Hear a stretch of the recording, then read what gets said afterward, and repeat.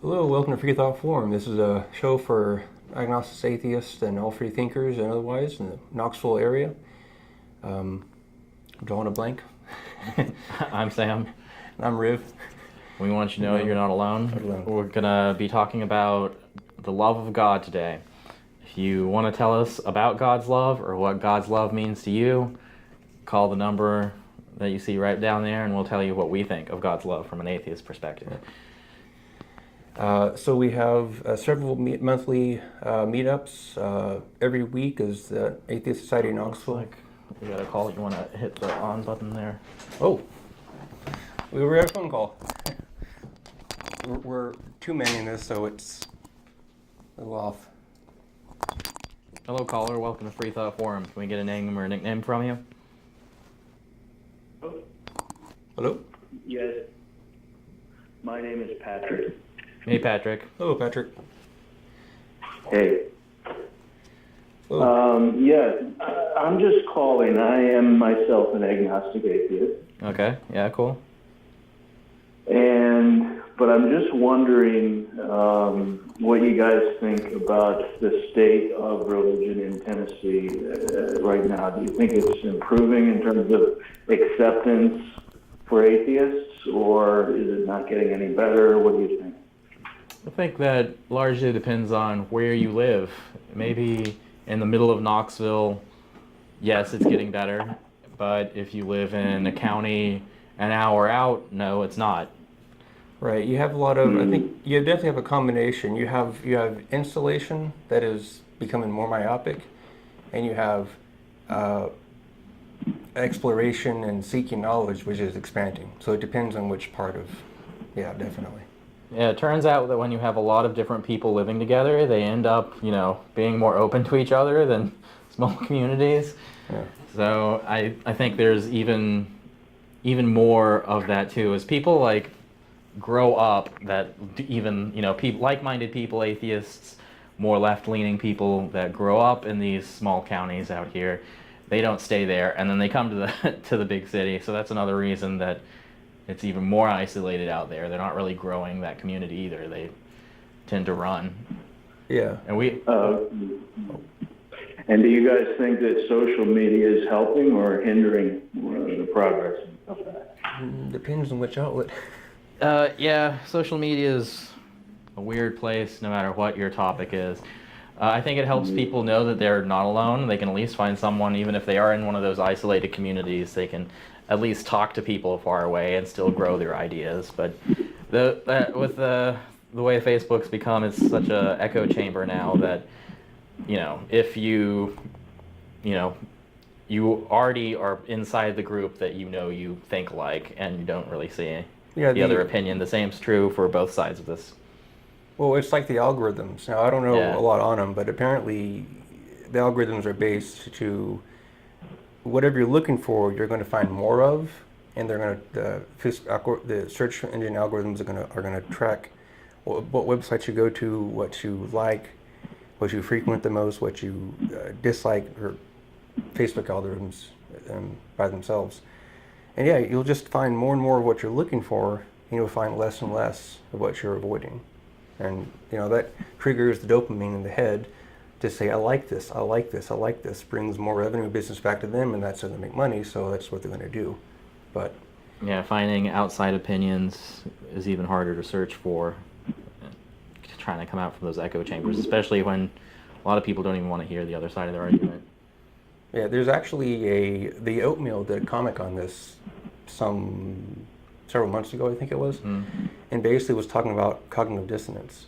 And when you're faced with a question, just a question, not even a statement or an assertion or position or anything, just a question that really threatens you on something you're really attached to, say religion, whatever, or say a political view or whatever. Or a Nintendo over Xbox or anything. Exactly, yeah. PlayStation, whatever. Sports fans, yeah. OS,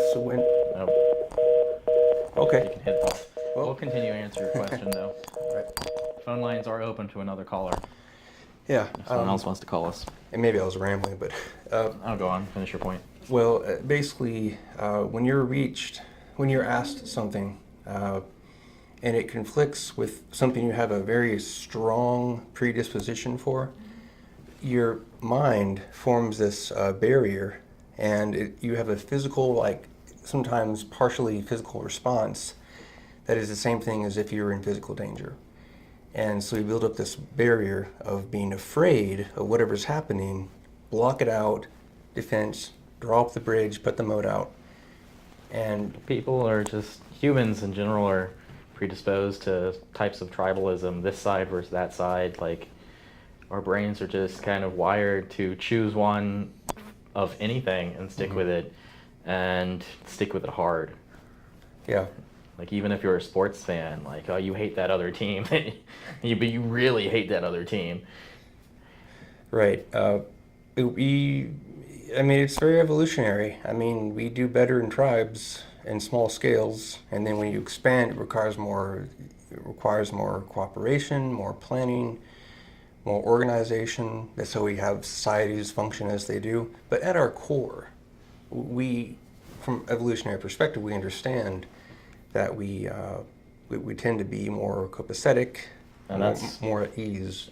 Well, that's what these the churches are. They're groups of like-minded individuals, and you see the same thing with even the atheist society. It ends up being a tribe of like-minded individuals, and groups are groups. Like, I think we've seen some growing pains in the atheist society because I've been involved in this group for almost 10 years, less than 10 years.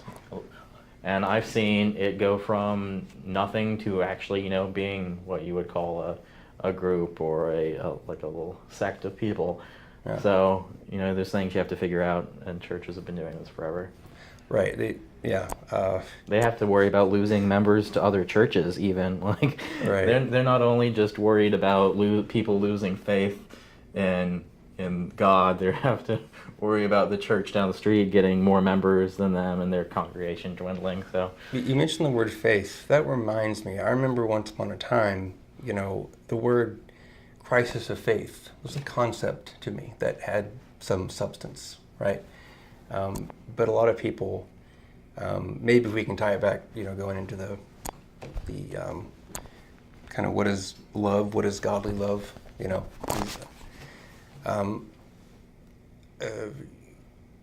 why does one buy into religion, right? They're raised in it, that's what they're told before they can inform any critical thinking skills. That's their worldview, that's reality to them. And throughout, you have this pervasive message of love, love, love, despite everything else, despite the drowning, despite all the... Everything else is blamed because of love. You have all this love, and the apologists will say, well, God knows what's good for you. He loves you so much that he's seen everything happen in advance, so everything's according to his plan, or whatever religion, despite the contradictions with determinism and free will. But, yeah, I think that is a big pivot point of Christianity, and maybe why it caught on more than other religions at the time, because, like, if you look at the other religions, like, they always, like, Christianity always points out, like, God is Jesus. Jesus died for you. He did this for you. And I don't think the other gods at the time that were being worshipped were that benevolent, even in the backwards way that he did it. But, oh no, God tortured himself for you. That's love. It's that personal... It's that sense of personal sacrifice that you project in your own self and your own sense of empathy onto this anthropomorphized concept and say, that's love. And so, yeah, I think it has some strong staying power. And all the rest of all the problems just kind of wash away when you just bathe in the water of love that is Jesus, right? That's how the sticking point goes. But, facts matter. Life is nuanced, right? It's not, I want something to be something really bad, therefore it is that thing. It's just what it is, regardless whether or not you want it to be that thing. And I think, people get it in their minds that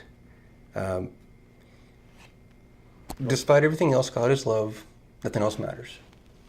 And if they live a life that is that's indicative... not something you can argue with. Like, Right. that does kind of shut down somebody's conversation where you're like, what is God? Oh, God's love. And you're like, oh, well, like, you're not going to be able to defeat that kind of statement. I think one thing I ask if I'm talking with a believer and about, how truthful what they believe in, I'm like, do you even care that what you believe in is truthful? And I've heard people say no before. And be like, no, like, even if it wasn't true, they still like it. Like, there's a culture built around it, and like you said, like, it's part of that tribalism. Like, this culture is part of my community and their own self-image. I think we've got another caller. Oh, thank you. All right. Sorry again. Excuse us 1 minute. Right. And it's on. All right. Hello, caller. Welcome to Freethought Forum. Can I get a name or a nickname from you? Yes, it's Charles. Hey, Charles. What's up? Charles. Continuing about the concept of why we accept religion, I just recently read a book about human beings being first and foremost, among other things, a storytelling species.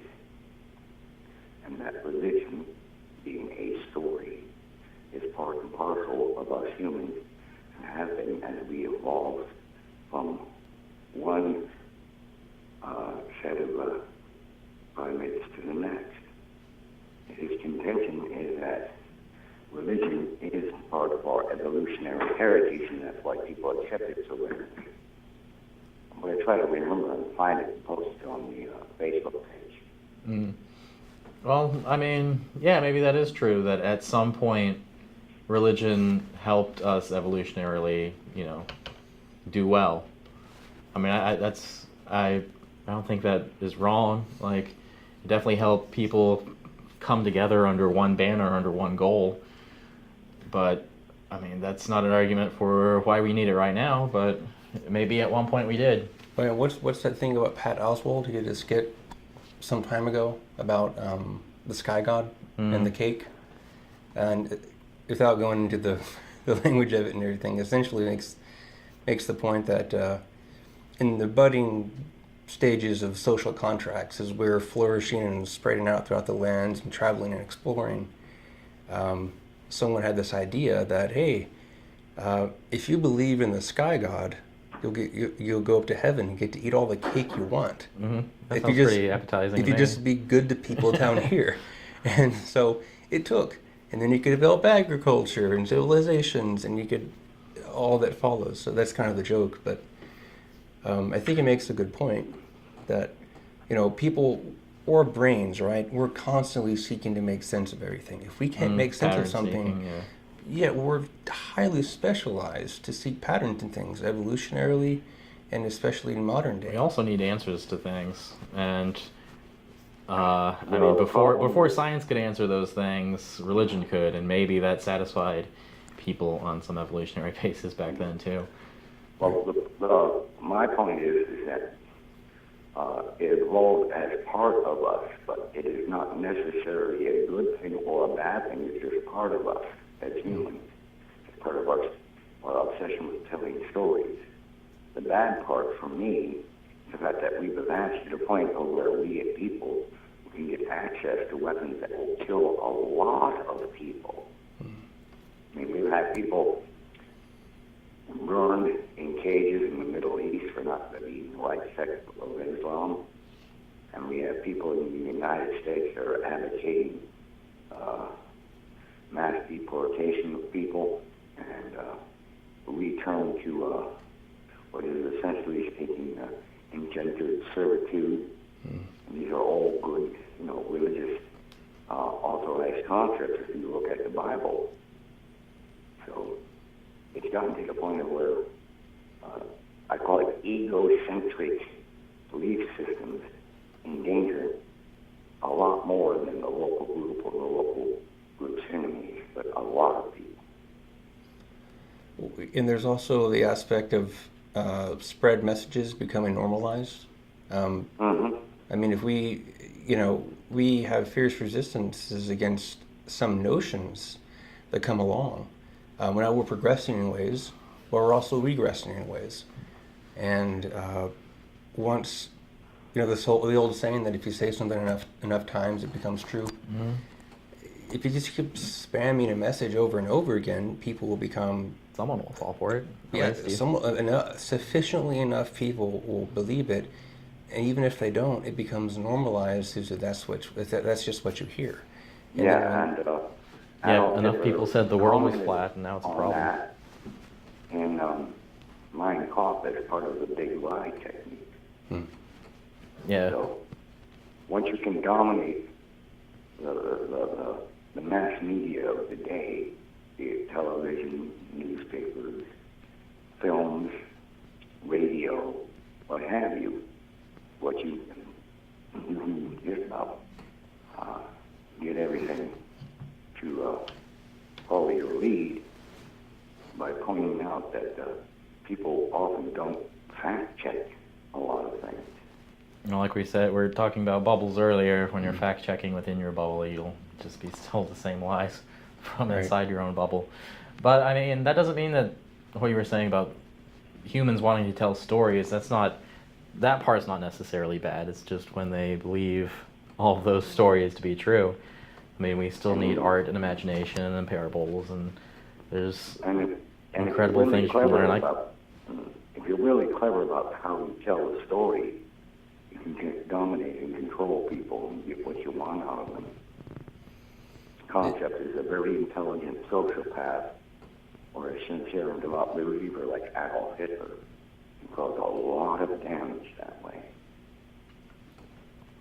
Well, I mean, that's the thing with preachers is you have a congregation's ear and they believe that you are within direct touch of a supernatural being.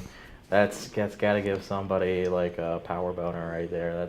That's real power over people. It'd be difficult to, not that I want to advocate for it, but at the same time, it'd be on a reactive level. It would be hard to deny that rush that might come from saying, I can say a word and do this, or I can ask this, or like, was it Creflo Dollar and the Copelands raised hundreds of millions of dollars for jets just by saying, God told me I need another jet. I'm not doing enough. And so lo and behold, he gets enough people. Yeah. Buys the cash. We can't several be hundred. Common herd of the people where they got demons in them. I saw that. Yeah. Okay, I'll let you go because we probably maybe got more callers coming. All right. Thanks for calling us. Thanks, Charles. She hung up for us. Thanks. Yeah, that's an issue. I think there's this. It's twofold, really. When I say there's a culture of tolerance, that has like a whole bunch of connotations to it, but they're different things, and it can be Oh, got another call. You're just hopping up and down, right? All right. What's on? Hello, welcome to Freethought Forum. Can I get a name or a nickname? Hi, my name is Yunan. Hello, Yunan. This is your. So today is Valentine's Day and Ash Wednesday, same day. Oh yeah. But also we have Easter on April Fool's Day this year. What do you guys think of that? I know how I'll be celebrating. It is poetic. Yeah. Yeah, we have interesting. We have a lot of holidays that have come down by all the pagan religion notions and customs, and they've just become and amalgamated into government holidays and Christian holidays and so on and so on. I mean, Ash Wednesday coming on Valentine's Day is kind of ironic because a lot of people are indulging their loved ones today, and then other people are celebrating by trying to give up their indulgences. Yeah. Maybe if you pick and choose, you can get away with celebrating both. Yeah. Perspective, I guess. Huh? Yeah. and April Fool's being on Easter. I mean, that's a joke that writes itself. There are going to be so many memes that pop up. Yeah. Lol, you know. I mean, yeah, I can think of some right now. You can tell the kids that you hid eggs out in the yard, but you really didn't. And you're like, oh, they're really hidden this year. I gotcha. Really hidden. Oh man, it's bad. Yeah, I think there are going to be lots of jokes about Jesus, coming back after 3-day April Fools. Yeah. Lol joke, yeah. I mean, and this is kind of a path to divergence part, not entirely, but one part I feel, again, I don't, it's the concepts that I've learned to take humor in, right? Rather than the people who adhere to them, because I was there once, I believe the same things, and eventually light bulbs turn on, you find your way out of it. But there are a lot of people still believing that, and to hear someone make fun of it might think, oh, that's all cylinders, rage, right? But at the same time, I think such things kind of deserved to be, picked apart and found at the root, why something is made a mockery of, or why something is doubted. It's because reality matters and facts are real. I think a reason people get so upset over those jokes, or religious people, is because being so upset over it is part of the religion, because they tell you that is a sacrilege. Like, right. Making fun of it, not only is it like making fun of your religion, but this person is doing something that is also upsetting this being that you believe in, and they are going to get punished for it, and it might lead other people down to getting punished. So it comes into this whole string of, part of their adherence to their religion, not only just like, oh, he's making fun of something I believe in. It's a lot deeper than that, I think. Right, you're attacking them. Yeah, and you're attacking them because God is based on everyone's own perception of God, so everyone takes it pretty personal. Did you have something? Sorry, we went on. Oh, yes, and I was going to say Christopher Hitchens made a very good quote when he said, religion, when it was in power, it got away with so much, and when we give jokes about it, we take away some of its power as well. Yeah, that is true. People used to get hung for making those jokes, and when they don't have the power to execute people for blasphemy anymore, that is definitely a step back on their power. There's a reason why there's so many memes and recitations of saying blasphemer, because then they were quite literally killed. Yeah. Yeah, we can get away with it today. That was a thing that happened. Yeah, and in some parts of the country, it's still happening. Yeah. So we're lucky that we can get on TV here and talk about it, and we could, because we would be executed in certain parts of the world for talking about this. Yeah, the order of the Vatican would be outside the door, and whatever. Back many years ago, but they might hang us in America. They would burn us in yeah, England. that's fair enough. It was a whole thing. But okay, thank you guys so much for taking my call. Yeah, you too. Thank you for calling. All right. Have a good day. Bye-bye. Bye. Hope you're getting your exercise in. Oh yeah, I'm trying to do 100 push-ups a day. Failing quite miserably, but but maybe I can get some quads in. Yeah. So somebody call in and help them out. We still got plenty of time. In the meantime, let's get back to, what were you talking about? You want to just move on? Or? Oh, well, something that talked about the evangelical, the televangelist. It was kind of mixed up. What would normally be on the script in the news segment was something that happened recently. And it kind of falls into love in a way, because it goes down to what actions you take with your children and by what authority. Okay, well, I think we have another call. Well, hold on to it. We got another caller. Thank you. Okay. All right, well, maybe get back to it. Hello, caller. Can we get a name or nickname from you? Well, hey, it's Faithless Forrest. I'm down here in Maryville. Hey, Forrest. Hello, Forrest. Here with you. Hello. And I thought I'd ask, how am I sounding? Am I loud enough? Yeah, you're good now. Yeah. Loud and or clear. anything? Yeah. All righty, great. So, I too was going to mention that it is the Lenten season. and I grew up in an area of St. Paul that I think was heavily Catholic.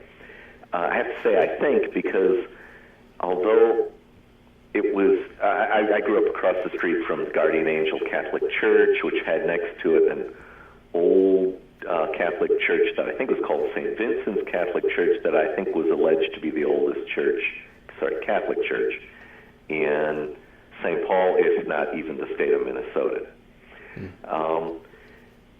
And so I was kind of immersed in a culture that I think had a lot of Catholic influences, but since I didn't know to differentiate... You would be able to tell today by them walking around.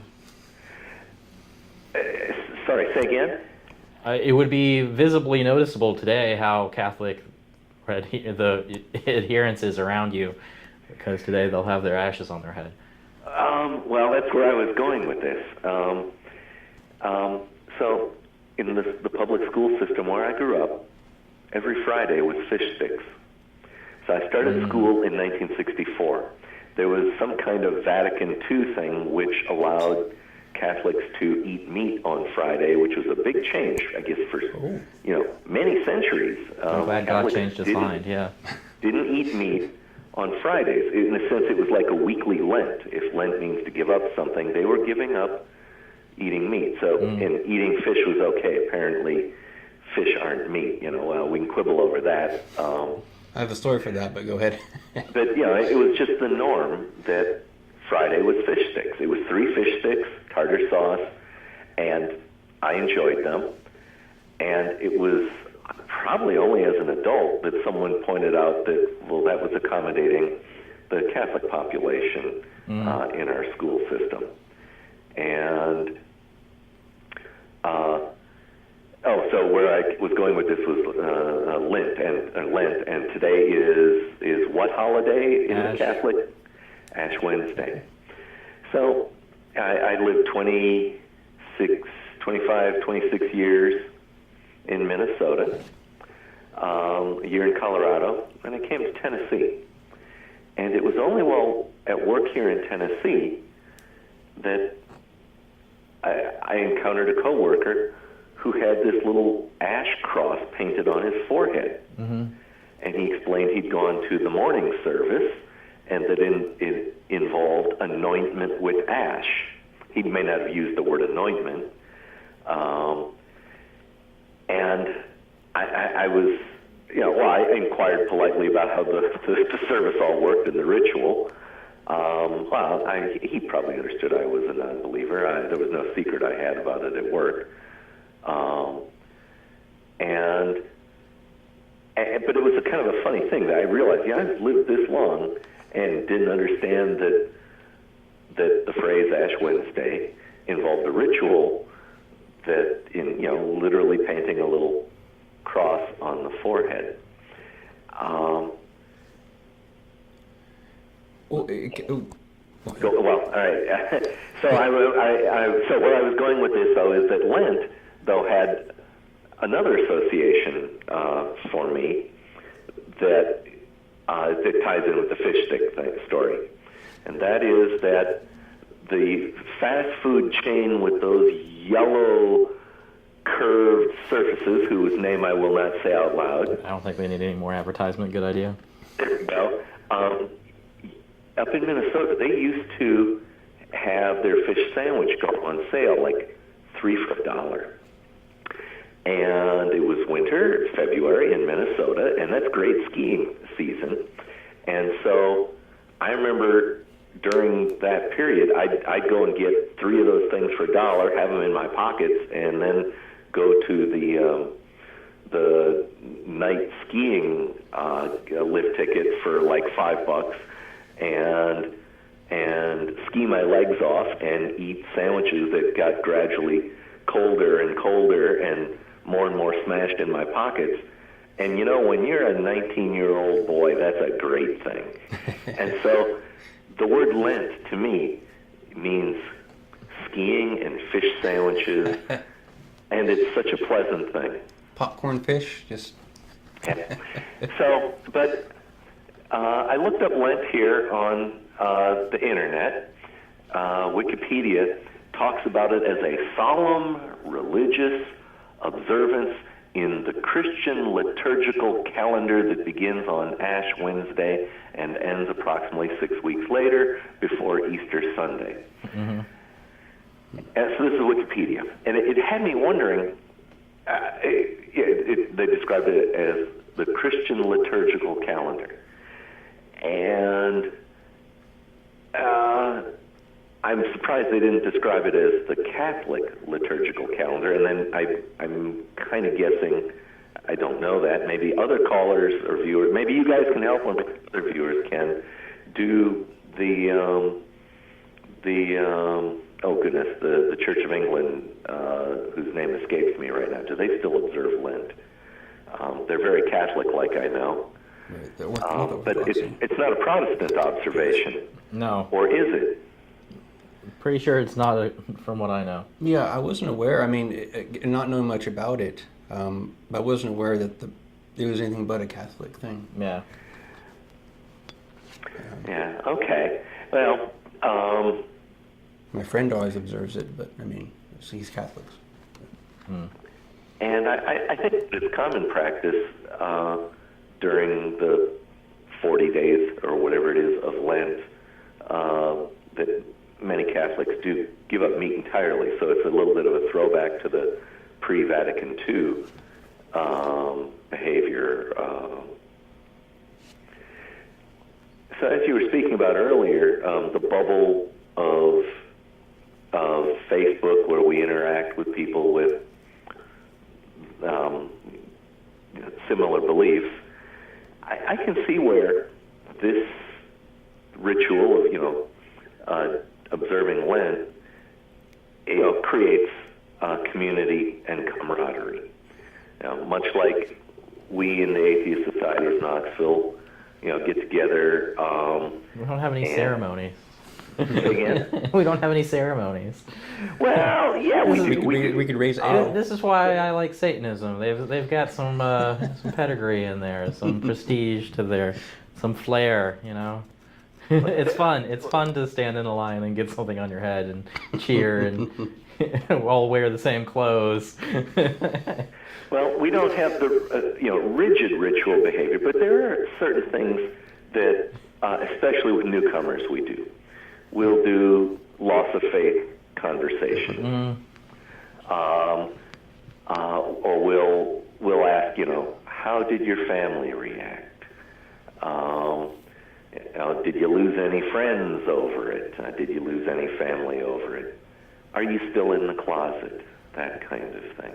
And that never really becomes old, personally. I mean, you can go through these stories, you can read about them, you can listen to them, you can... Everyone's got a different version story. You're right, because life is so dynamic, would be a weak word, but it's all I'm thinking about at the moment. The word, it's so layered and nuanced and complicated, and... I don't think anyone's been through this life without having a touch of religious aspect to their life in some one way or another. Yeah, with people they interact with, if not their own family.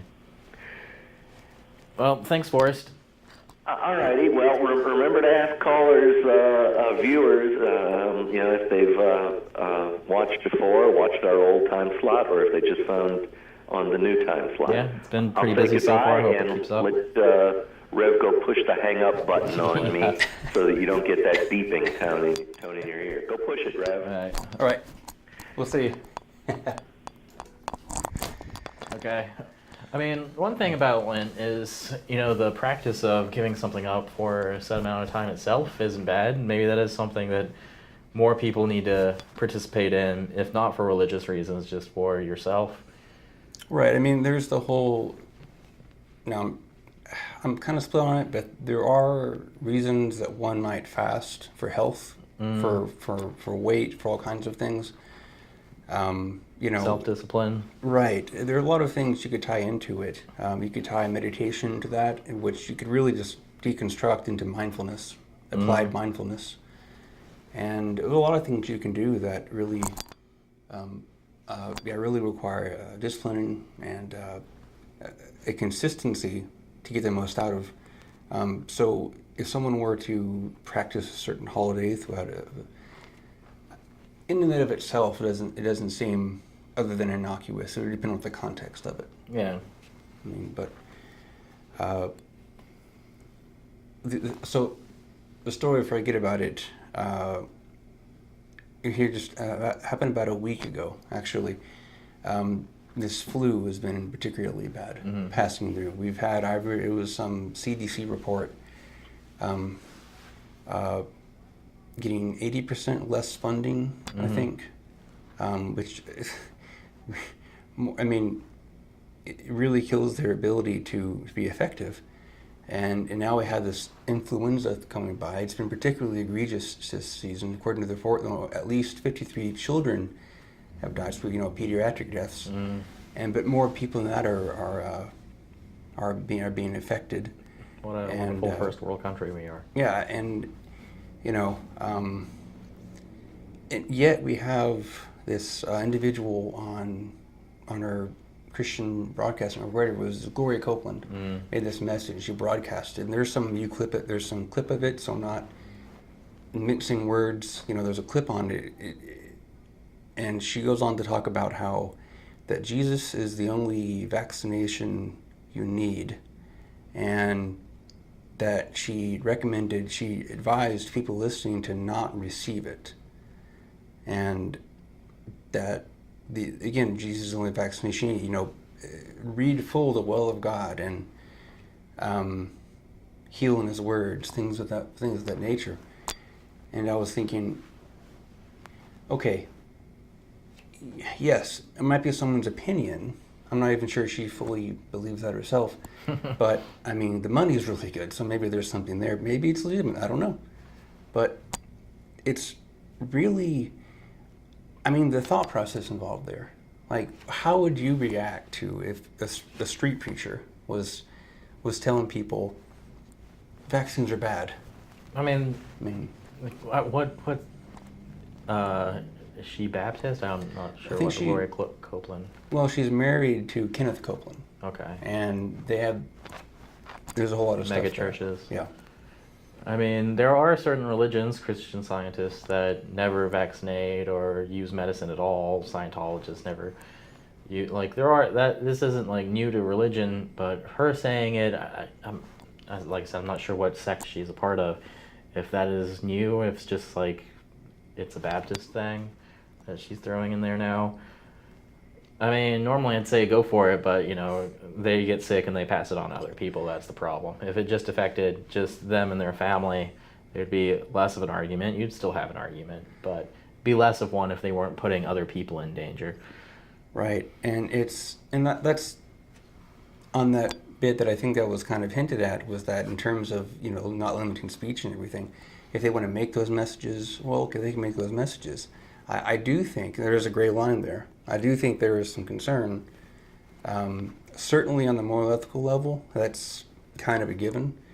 But I wouldn't say on a legal level yet. But nonetheless, it is very distressing. I think major problem with this is that it's really easy to test. Get their whole church together, have them all pray, and then bring out the flu-infected person and have them walk down the aisles and cough on all of them and cough in his hand and just rub it on everyone's face. And then they can be like, well, we were all shielded, we were all here, we all had the power of prayer together, everyone in the room was doing it, so we'll all be fine. And then the next week, we'll see if any of those people get sick. Well, yeah, definitely wouldn't want to advocate for that, right? But I don't know. I kind of would like to see that. Well, okay, for the record, I don't want people. I think we would know, due to science, we know what would most likely happen. Now, maybe it's possible some kind of divine. I'm sure they'd find some way to backslide it, and right.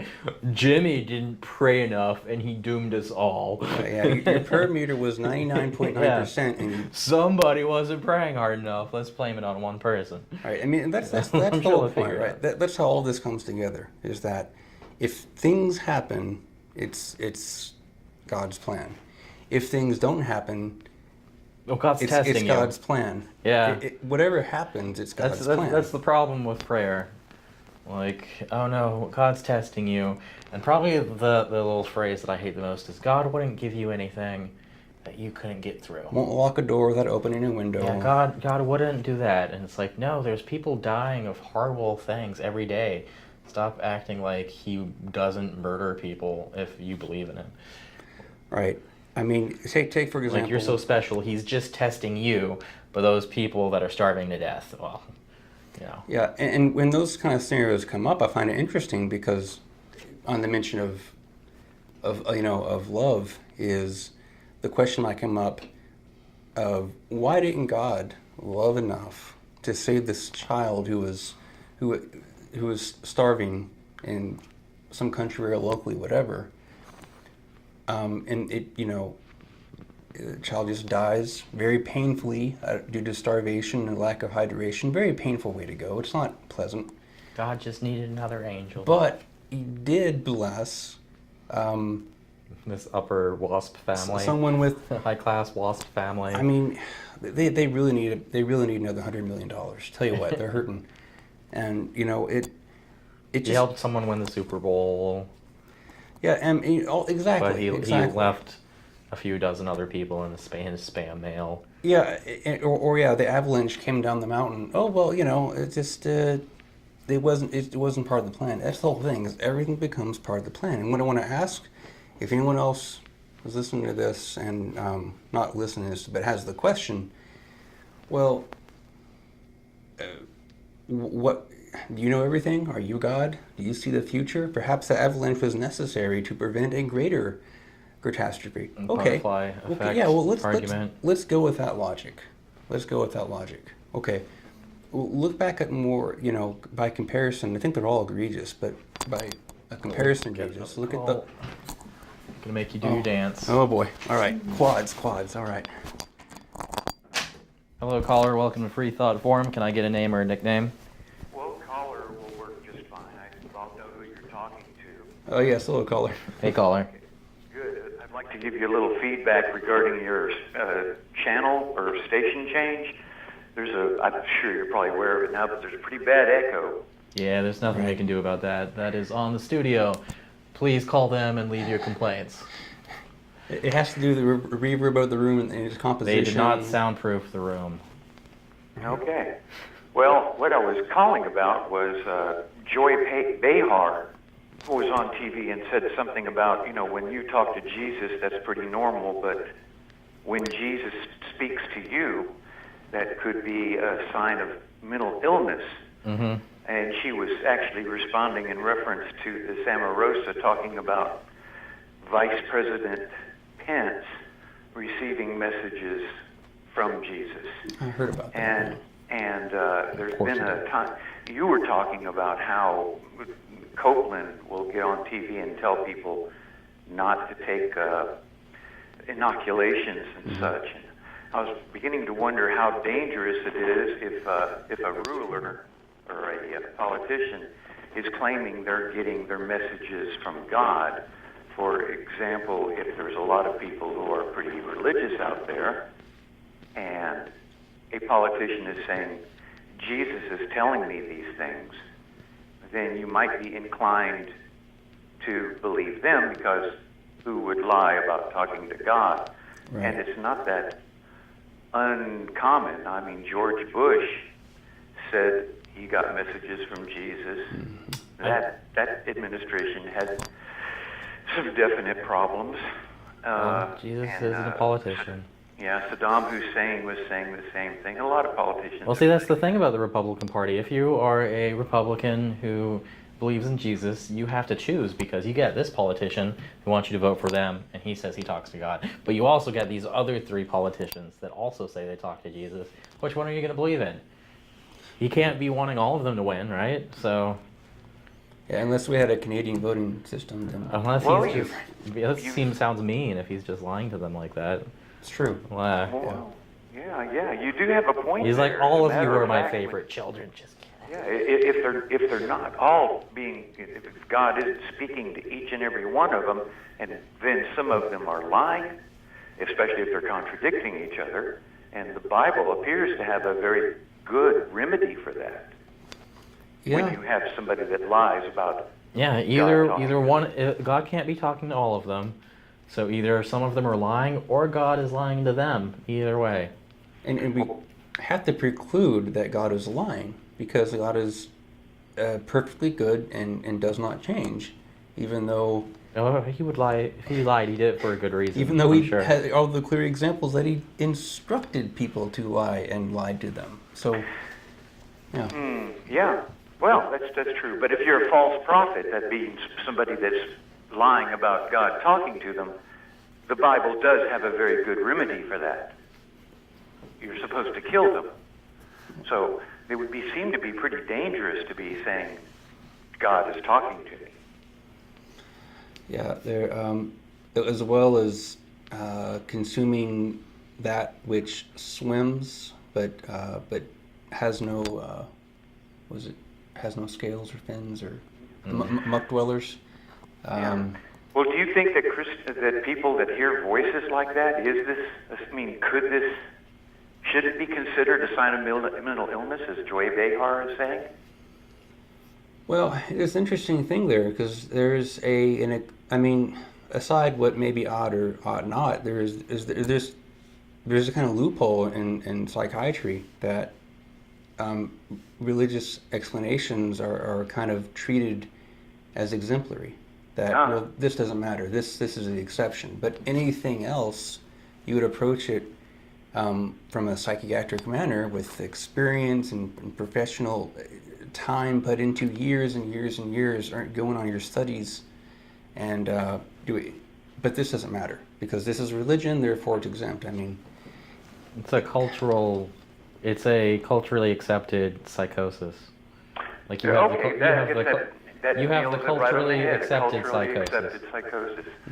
However, when it gets into politics and the workings of diplomacy and such, it can be a problem. Anyway, I just thought I'd ask you your opinion on that, and I'll hang up and let somebody else call. All right, thanks. Oh, thank you. Bye-bye. Bye. Oh, catch it. Okay. I think it reminds me of one of my favorite quotes from the movie The Ruling Class. Have you seen that one?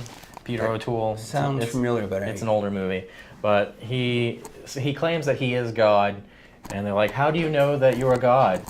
And he says, "Well, I realized that when I was praying, I was talking to myself. So that means I am God." We'll follow that one. Hello, caller. Can we get a name or a nickname from you? Carl? Yep. Hey, Carl. Hey, what do you got first call? I missed the first part. Does anyone pose the question to you, that old thing that love is something you have to have by faith because you can't prove love, or love can't be shown to be scientifically exist? I mean, I would disagree with that statement. I would too, but I just wonder why you brought that up yet.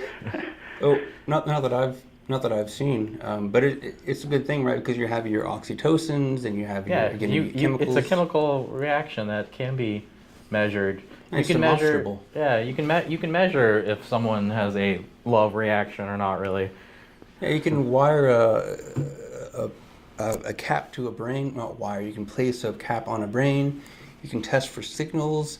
You can artificially induce certain kinds of emotions based on triggering. Even just by looking at how someone looks at somebody else, their eyes and their pupils dilate. Yeah. What's the thing that if you stare at someone long enough for half an hour and tell very personal stories, you'll induce this kind of feeling like you've known each other for a long, long time. It's just our brains are easy to fool, but they fool us all the time. So it's kind of like a circular thing. But the notion of love,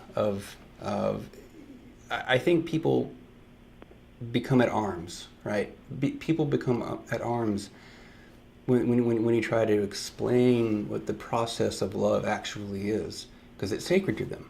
It's sacred. This is, not even religious. This is just, love is sacred. It can't be explained. Matthew McConaughey aside, you can't quantify love. This is just a spiritual thing, but that's not really an answer. It's a non-answer. I guess that kind of connects to can you quantify belief in Jesus? I guess the only way that's done now is through dollar contributions. Show me. It seems to be a direct correlation in I contributions. mean, yeah, I'm not saying that love is only that chemical reaction either. Like love can also be a choice. Like, what do you do once that chemical reaction is Right. gone? Or, Which could extend to the greater concept of what is love, right? But what is life?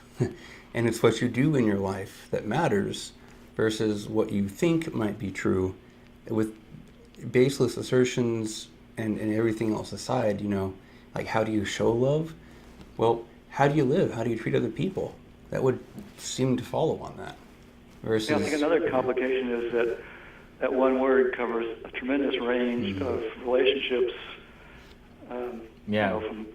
From so-called some platonic languages love are to better at romantic distinguishing love those than and- ours. this is rusty, and it depends on the language. Isn't there, there's a word in Spanish that it's specifically a kind of a love or attraction when viewing someone from behind. Now, I don't know an English word for that, but yeah, I think the English word for love just kind of throws everything under one umbrella when love can be very different for many different reasons. yeah, just like in Switzerland, they have not just Swiss cheese because they're in Switzerland, Yeah. so it's not Swiss cheese. They have all kinds of cheese. We just call it Swiss cheese because we're not in Switzerland. Yeah, So. I've got a different kind of love. I've got love for my favorite TV show. I've got love for my cat. Got love for my parents, and those are different kinds of love. Yeah, in Japanese, there's a term, it's called ski, and it's to like, but it's also used culturally in the sense to basically when someone admits they reveal their feelings to someone else. They're going to try to date them or whatever, show their feelings. It's hyped up in anime, but it's a cultural thing. And you'll eventually in some way or another get around to saying ski desu, I like you. It's kind of a puppy love. Right, and that evolves into more meaningful, I guess, substantive attraction and attachment to their being. But yeah, ski is just used interchangeably by attraction or like or love. Well, it's even harder to discuss the word because you can even take it like someone loves to torture people. I mean, it's just the word. Yeah. Is It's a passion they have. so Passion. vague sometimes. It's so not vague, but covers so much territory. Right. Yeah, the way we use our words, the way we just interchangeably, I mean, what's that phrase Bill Nye likes to use in modern parlance? We use words all the time without defining them, just assuming that in our culture we understand what we mean by them when we say them. But definitely different cultural barriers and language barriers that will come up to bite one in the conversation if they have misapprehension about that. Yeah. God is very much the same thing. What is God to you? Oh, God is love. What is love? God is something different to every single person. That Well, if you go by the Bible, how does God show His love? In ways that I wish were not. I even forgot to, almost running out of time, and we didn't even get to that. Oh yeah. But, the point I was trying to get to was God is kind of an abusive love. If somebody We need another episode on this. Yeah. And get the. if somebody showed their romantic partner the same actions that God does, then you would want them to seek shelter or would call the police for a domestic disturbance. Yeah. If you followed, and this has been mentioned before. Now, even what was it? Was it Indiana, Illinois, whatever one with the Religious Freedom Act that was trying to be passed some time ago, back in 2015, I think it was endorsed, and thankfully didn't go through, what I recall. I think it was Pence in Indiana, wasn't it? Yeah, Indiana, okay. And basically, very legitimate issues were raised. If you followed the Bible to the letter, you would be arrested yesterday. Yeah. Somehow the universe would warp in on itself and you would be arrested yesterday. I mean, that's what happened if you follow the letter of the, you know. If you follow God's rule with a romantic partner, and you'd be like, if you don't love me, then I'm going to lock you in my basement and torture you. And that's what you deserve for not loving me. Yeah, like, because you were born with sin. Yeah, you were born wrong, and you need me, and you're nothing without me. Yeah. Like, does this sound like an abusive relationship to you? Yeah. Oh, that's love. Yeah. But then you say, but okay, then take the same properties you just mentioned and apply it to Joe and Barbara down the street. Yeah. Or Tom and Sully, whatever. And they have those same properties, you'd say, oh, they're monsters, whatever. But you Be like, get away from him, girl. Yeah, You can do better than that. So that's what I'm telling the religious people out there. You can do better than that. Yeah. What's the line? You're, regardless, maybe how horrible and apathetic and avaricious and egregious and repugnant and a bunch of descriptive adjectives you are as a person, you're better than the God you believe in. Yeah. I try to show people that, and it usually goes over their heads.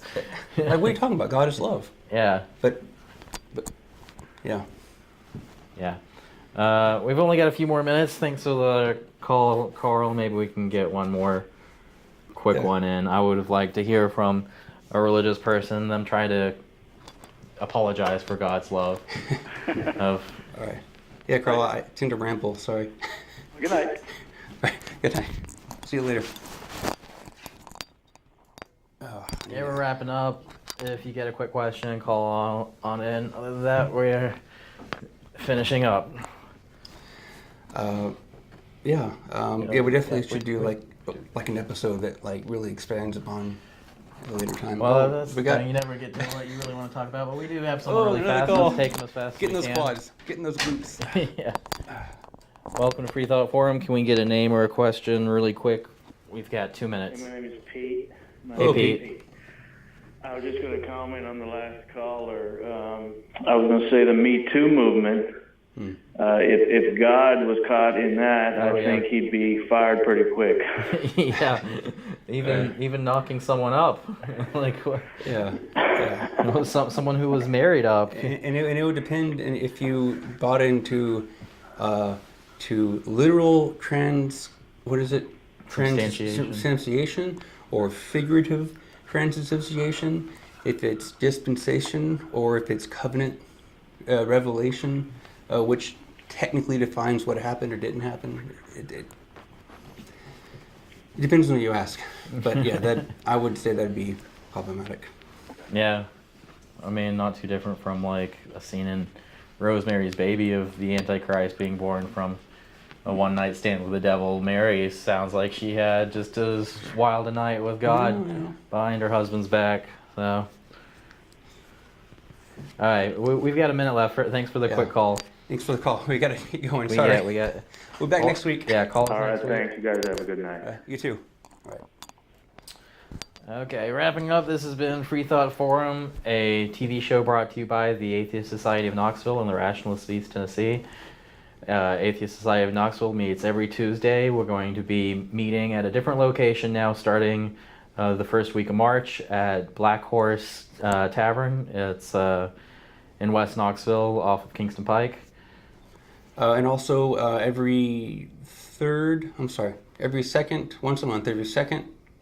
Sunday, we have the Skeptics Book Club, which we go through a book, we read a book, talk about it, a bunch of people, good time. And we every Wednesday from 6:30 to 7:30 here, we have the show. Yeah. This channel. So if you couldn't get through this week, call us next week and we'll be here. And remember, everybody out there, you are not alone.